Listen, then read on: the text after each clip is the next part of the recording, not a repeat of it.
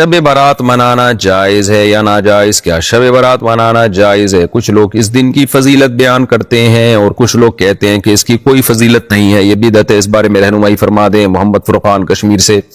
بدعت کہنا تو بالکل ٹھیک نہیں ہے، کیونکہ جمہور اس کی فضیلت کے قائل ہیں اور بہت ساری احادیث ہیں 15 شعبان کی رات کی عبادت کی، اگرچہ وہ تمام احادیث ضعیف ہیں، لیکن ضعیف احادیث کثرت سے مل جاتی ہیں تو وہ درجہ حسن کو پہنچ جاتی ہیں، محدثین کا اصول ہے۔ اور بعض ائمہ اس کی فضیلت کے بالکل بھی قائل نہیں ہیں، بعض مجتہدین، لیکن وہ ان کی تعداد کم ہے، تو لہذا اگر کوئی فضیلت کا بالکل انکار کر دے تو بھی اس کو گمراہ نہیں کہا جائے گا، اور اگر جمہور کے قول پر عمل کر کے اس رات عبادت کرتا ہے تو اللہ کی رحمت سے امید کی جائے گی کہ انشاءاللہ اس کو اس رات عبادت کا زیادہ ثواب ملے گا۔ تو بس اتنی بات ہے، باقی منانا تو شب برات کا جائز نہیں، کیونکہ منانے کا مطلب نہا دھو کے اچھے کپڑے پہننا، پٹاخے پھاڑنا، حلوے مانڈے، قبرستان جانا، یہ سب چیزیں شب برات میں ناجائز ہیں، اس پر میں تفصیلی بیان کر چکا ہوں۔ شب برات کی عبادت اور روزے کا حکم، کیا 15 شعبان کی کوئی عبادت ہے؟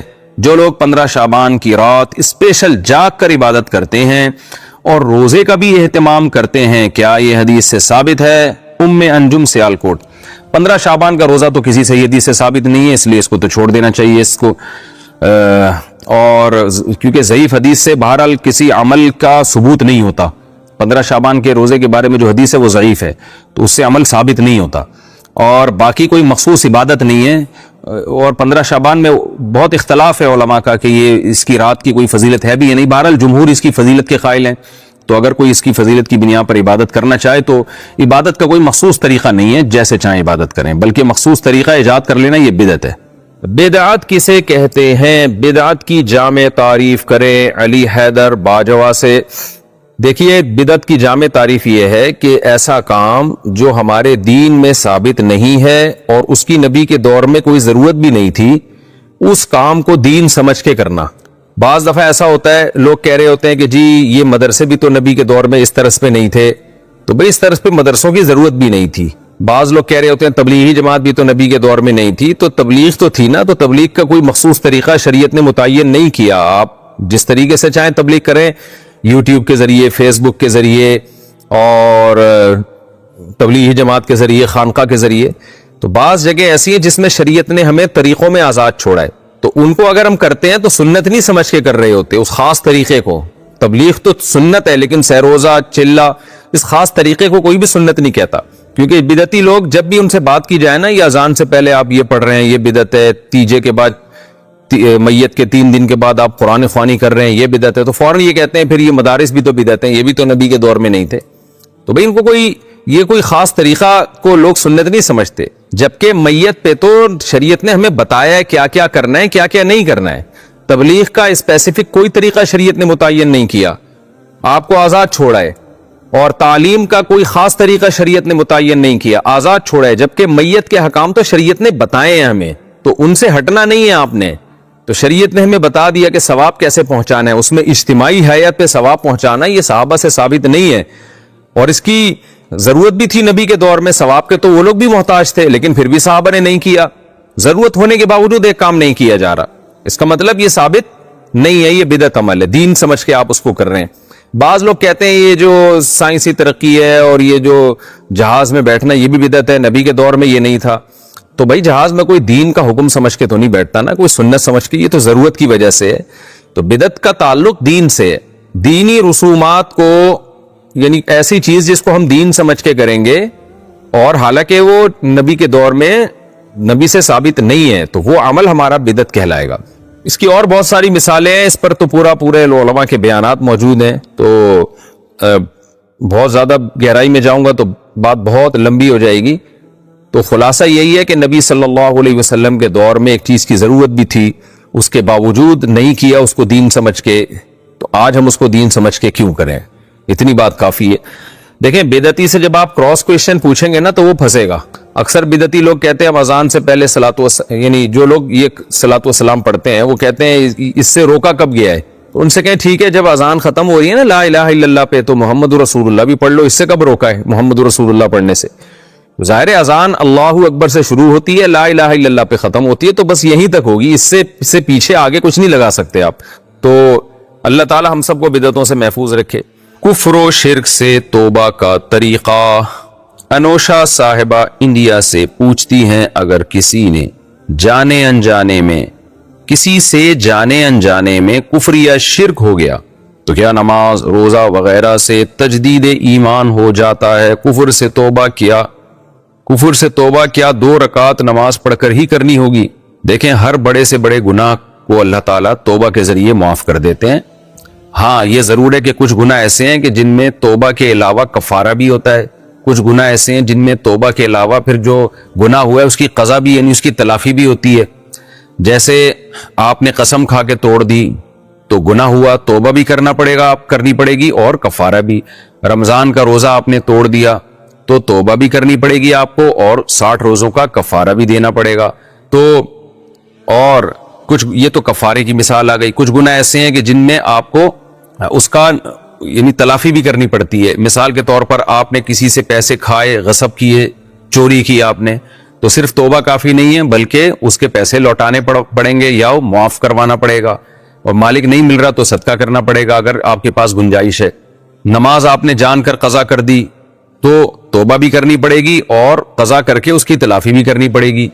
تو اسی طرح کچھ گناہ ایسے ہیں جو کفارہ یا اس کی قضا کرنی پڑتی ہے، لیکن کچھ گناہ ایسے ہیں کہ صرف توبہ کافی ہے.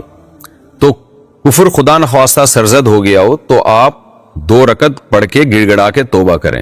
اور جن لوگوں کے سامنے کلمہ کفر کا اظہار کیا ہے آپ نے ان کو بتا دیں کہ بھئی میں غلطی سے میرے منہ سے یہ الفاظ نکلے تھے، میں نے توبہ کر لی ہے، میں اللہ اس کے رسول کو مانتا ہوں یا مانتی ہوں. کہ خاتون نے سوال پوچھا ہے تو اس کا اظہار کر دیں، کیونکہ جس کے سامنے گناہ کیا ہو نا تو اس کو بھی بتا دینا چاہیے تاکہ اس کی بھی وہ بھی بدگمان نہ ہو آپ کے بارے میں.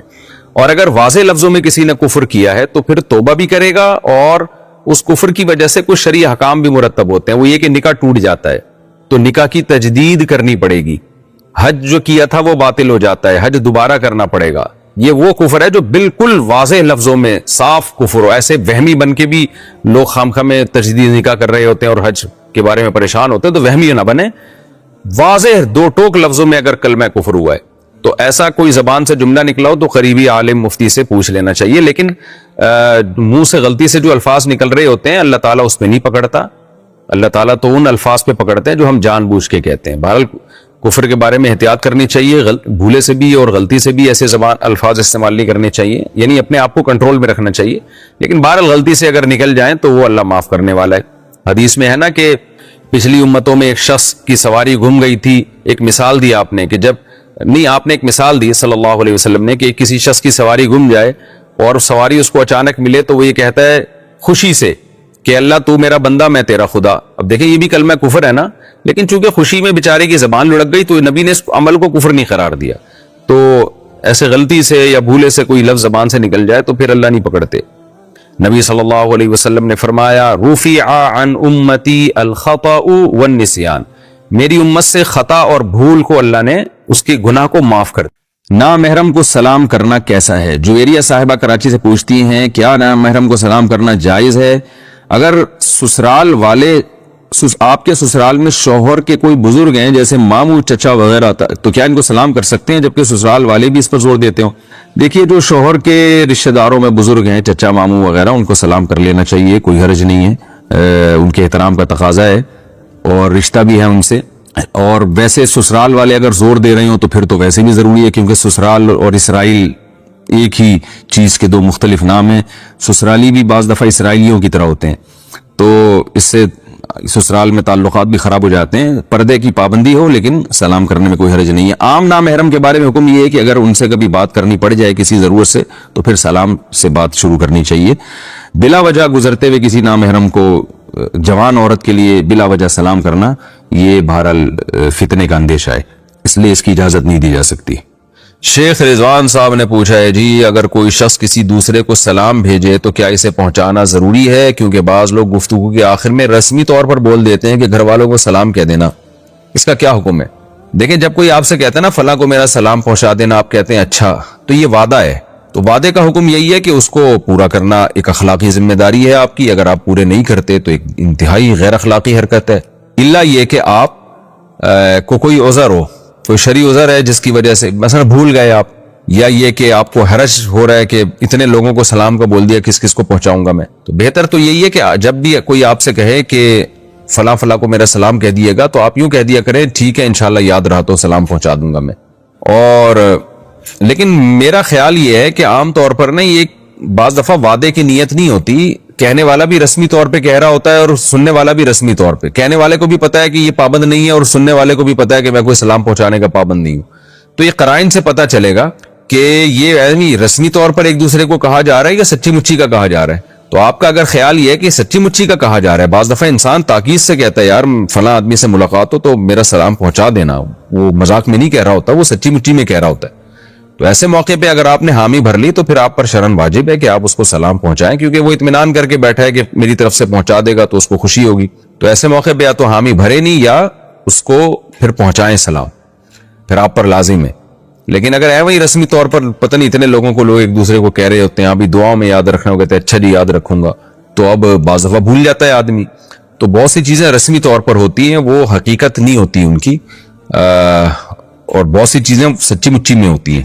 کھانے کے دوران سلام کرنا یا جواب دینا، کھانا کھاتے وقت سلام کرنا اور سلام کا جواب دینا کیسا ہے؟ عبد الرحمان صاحب انڈیا سے. دیکھیں کھانے کے دوران کوئی بھی ایسا کام کرنا جس سے کھانے والے کی توجہ دوسری طرف بٹے اور وہ کھانے میں خلل واقع ہو تو یہ ٹھیک نہیں ہے. لیکن عام طور پہ ایسا ہوتا ہے کہ جب کوئی شخص آتا ہے ملاقات کے لیے، لوگ کھانا کھا رہے ہوں تو لوگ خود بخود اس کی طرف متوجہ ہو جاتے ہیں کھاتے ہوئے.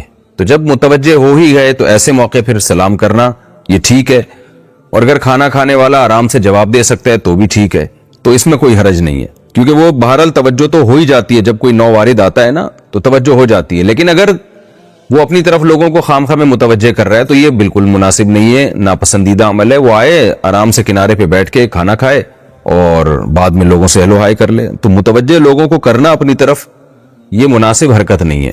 غسل میں کان کے چھید میں پانی پہنچانے کا حکم.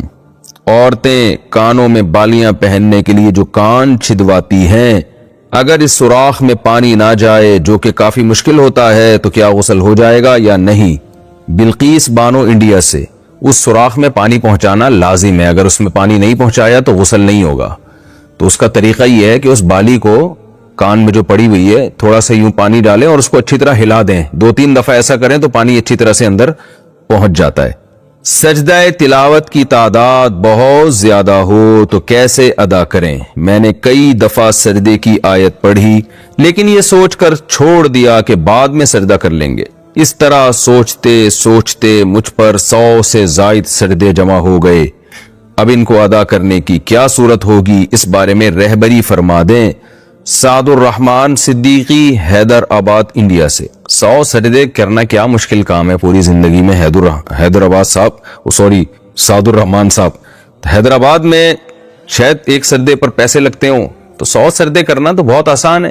شریعت آپ سے یہ تو نہیں کہتی کہ کنٹینیو ایک ہی مجلس میں آپ 100 سجدے کریں. تو پہلے تو میں آپ کو سجدہ تلاوت کا مسئلہ بتا دوں کہ ایک مجلس میں آپ نے قرآن کی ایک آیت کو جتنی بار بھی پڑھا ہو تو ایک ہی سجدہ واجب ہوتا ہے. الگ الگ مجلسوں میں الگ الگ سجدے واجب ہوتے ہیں. تو اگر آپ نے الگ الگ ٹائم پہ یا الگ الگ مجلسوں میں یہ سجدہ تلاوت والی آیت پڑھی ہے تو آپ پر زیادہ سجدے واجب ہیں. تو آپ اندازہ لگا لیں 100 سجدے اگر ہیں تو ہر نماز کے ساتھ 4-5 سجدے کر لیں گے تو 5 نمازوں میں 5 پنجے 25 ہو جائیں گے، اور اگلے دن بھی 25، تو 4 دنوں میں آپ کی یہ تعداد مکمل ہو جائے گی 100 سجدوں کی. تو 5 سجدے ایک ٹائم پہ کرنا کیا مشکل کام ہے؟ یا ایسا کر لیں کسی ٹائم پہ 10 سجدے کر لیے، اگلے دن پھر 10 کر لیے، پھر اگلے دن 10 کر لیے، پھر اگلے دن 10 کر لیے، ایک کنٹینیو، تو آپ کے پورے سجدے ادا ہو جائیں گے. 10 دنوں میں 100 سجدے ہو جائیں گے.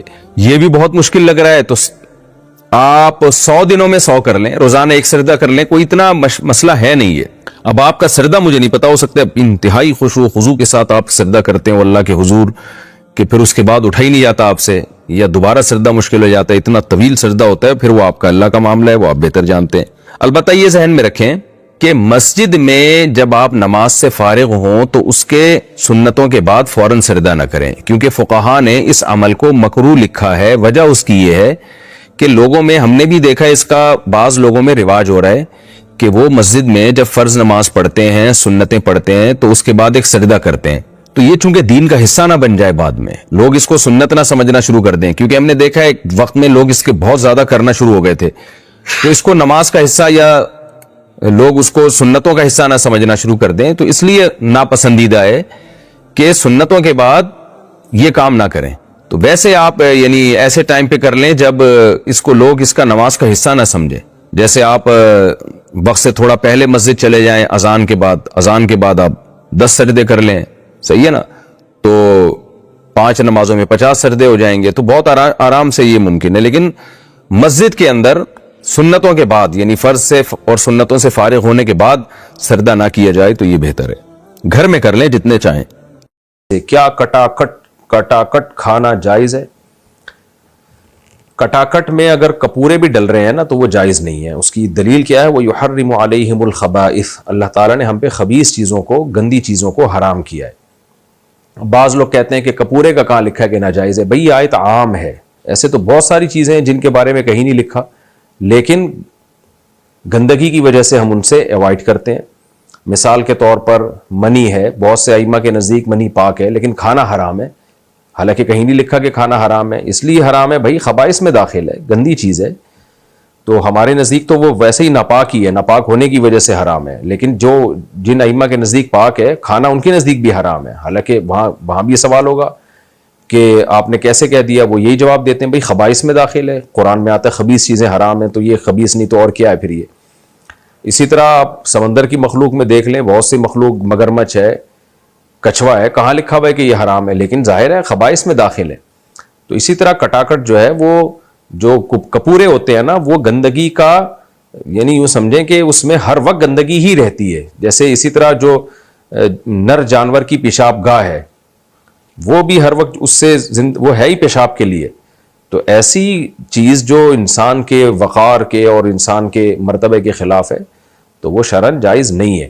تو اس لیے جانور میں کپورے ہو گئے یا یہ پیشاب گاہ ہو گئی, یہ کھانا جائز نہیں ہے. اسی طرح جانور میں جو رسولی نکل آتی ہے, بیماری کے پھوڑا نکل آتا ہے, وہ پھوڑا کھانا بھی جائز نہیں ہے, کیونکہ وہ بھی خبائث میں داخل ہے. تو جو بھی یہ کہتے ہیں نا کہاں حدیث میں لکھا ہے, ایسے بہت ساری باتیں حدیث میں نہیں لکھی ہوتی, لیکن اللہ تعالیٰ نے ہمیں اجتہاد کا حکم دیا. تو مجتہدین اجتہاد کرتے ہیں, اور اس اجتہاد کی بیس پہ بھی بہت سی چیزیں ناجائز ہو جاتی ہیں. اور وہ اجتہاد کیا ہے؟ قرآن کی اسی نص سے استدلال کیا گیا, یحرم علیہم الخبائث. تو یہ خبائث میں ہی داخل ہیں یہ سب چیزیں, اس لیے ان کا کھانا حرام اور ناجائز ہے. البتہ یہ ضرور ہے کہ چونکہ ان کے بارے میں وضاحت سے ان کو حرام نہیں قرار دیا گیا, تو اس لیے ان کو اس درجے کا حرام نہیں کہا جاتا جس درجے کے کتے اور بلی حرام ہوتے ہیں. تو اس درجے کا حرام نہیں ہے, تو اس میں کم درجے کا حرام ہے, جس کو مکروہ تحریمی سے تعبیر کیا جاتا ہے. تو اگر کوئی کھا رہا ہے تو اس کو ایک دفعہ سمجھا دیں, مان جائے ٹھیک ہے, تو زبردستی نہ کریں اور اس کو برا بھلا نہ کہیں, اس کو ملامت نہ کریں, لیکن خود آپ اس سے ایوائڈ کریں. کٹاکٹ میں صرف جو کپورے ہیں ان کی بات کر رہا ہوں, جو خصیتین ہوتے ہیں. باقی کٹاکٹ آج کل جو پھیپڑے ویپڑے کا بنتا ہے وہ ٹھیک ہے, اس میں کوئی حرج نہیں ہے. کراچی میں جو کٹاکٹ ہے وہ یہی ہوتا ہے, گردے پھیپڑے کلیجی ملا کے قیمہ بنا کے کھلا دیتے ہیں.